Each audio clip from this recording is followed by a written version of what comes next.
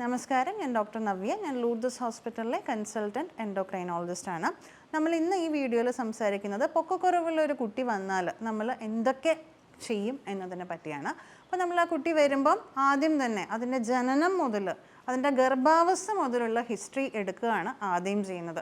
അതായത് ഗർഭാവസ്ഥയിൽ അമ്മയ്ക്ക് വല്ല അസുഖങ്ങളും ഉണ്ടായിരുന്നോ, എന്തെങ്കിലും മരുന്ന് എടുക്കുന്നുണ്ടായിരുന്നോ, അത് മുതൽ അതിൻ്റെ ഡെലിവറി നോർമൽ ഡെലിവറി ആയിരുന്നോ, സിസേറിയൻ ആയിരുന്നോ, വാക്വം ആയിരുന്നോ, കുട്ടി ജനിച്ചപ്പോൾ ഉടനെ കരഞ്ഞോ, NICUലുണ്ടായിരുന്നോ, കുട്ടിയുടെ ഷുഗർ കുറഞ്ഞു പോയോ, മഞ്ഞപ്പിത്തം ഉണ്ടായോ, ഫുൾ ഹിസ്റ്ററി നമ്മൾ എടുക്കുന്നതാണ്.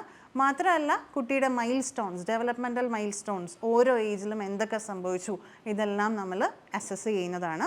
പിന്നെ നമ്മൾ കുട്ടീനെ ശരിക്കും നോക്കും. For example growth hormone deficiency ഒക്കെയുള്ള കുട്ടികളെ നമുക്ക് കണ്ടാൽ തന്നെ നമുക്ക് തിരിച്ചറിയാൻ പറ്റും. അവരുടെ മുഖം വളരെ പെക്യുലർ ആയിരിക്കും, വളരെ ഒരു ഡോൾ ലൈക്ക് ഫേസ് ആയിരിക്കും. നമ്മൾ ഏഞ്ചലിക് ഫേസ് എന്നൊക്കെ പറയും.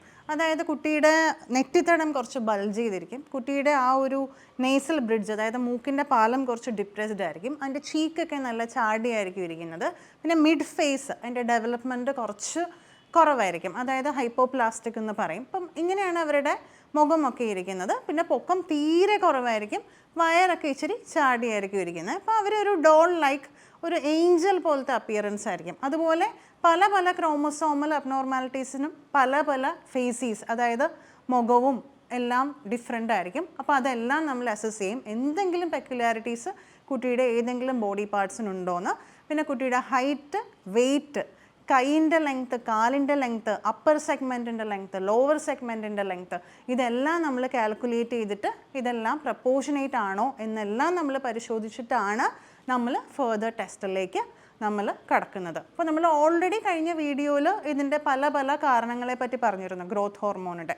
അപ്പോൾ ഈ കാരണങ്ങൾ ഓരോന്നായിട്ട് എക്സ്ക്ലൂഡ് ചെയ്യാനായിട്ട് നമ്മൾ എല്ലാ ബ്ലഡ് ടെസ്റ്റും ചെയ്യും. പിന്നെ ചെയ്യുന്നത് നമ്മളുടെ കൈയിൻ്റെ എക്സ്റേ ആണ്. കൈയിൻ്റെ എക്സ്റേ എന്തിനാണ് ചെയ്യുന്നതെന്ന് വെച്ചാൽ നമ്മളുടെ എല്ലിൻ്റെ പ്രായം അഥവാ ബോൺ ഏജ് കാൽക്കുലേറ്റ് ചെയ്യാൻ വേണ്ടിയിട്ടാണ്. അത് വളരെ ഹെൽപ്ഫുൾ ആയിട്ടുള്ളൊരു ഇൻഡെക്സ് ആണ്. നമ്മൾ ബോൺ ഏജും കൂടെ കാൽക്കുലേറ്റ് ചെയ്തിട്ടാണ് കുട്ടിയുടെ ആ ഒരു എന്താ പറയുക പൊക്കക്കുറവിൻ്റെ ആ ഒരു തീവ്രത നമ്മൾ അസസ് ചെയ്യുന്നത്. ഇതെല്ലാം ചെയ്ത് നോർമൽ ആണെങ്കിൽ മാത്രമേ നമ്മൾ ഗ്രോത്ത് ഹോർമോൺ അസസ് ചെയ്യാറുള്ളൂ. ഗ്രോത്ത് ഹോർമോൺ ഒരു പൾസറ്റൈലായിട്ട് സെക്രീറ്റഡ് ആവുന്ന ഹോർമോണാണ്, അതായത് ഒരു വേവ് പോലെയാണ് വരുന്നത്. അപ്പോൾ നമ്മൾ റാൻഡമായിട്ടൊരു സാമ്പിൾ എടുത്തു കഴിഞ്ഞാൽ അത് മിസ്ലീഡിങ് ആയിരിക്കും. കാരണം ചിലപ്പോൾ നമ്മൾ ലോ ആയിട്ടിരിക്കുമ്പോഴായിരിക്കും സാമ്പിൾ എടുക്കുന്നത്. അപ്പോൾ അതിൽ ലോ ആയിട്ട് കിട്ടിയെന്ന് പറഞ്ഞാൽ കുട്ടിക്ക് ഗ്രോത്ത് ഹോർമോൺ ഡെഫിഷ്യൻസി ഉണ്ട് എന്ന് നമുക്ക് പറയാൻ പറ്റില്ല.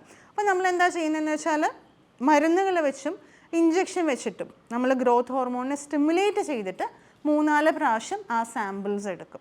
എന്നിട്ട് നമ്മൾ അസസ് ചെയ്ത് നോക്കും കുട്ടിക്ക് ഗ്രോത്ത് ഹോർമോൺ ഡെഫിഷ്യൻസി ഉണ്ടോ ഇല്ലയോ എന്ന്.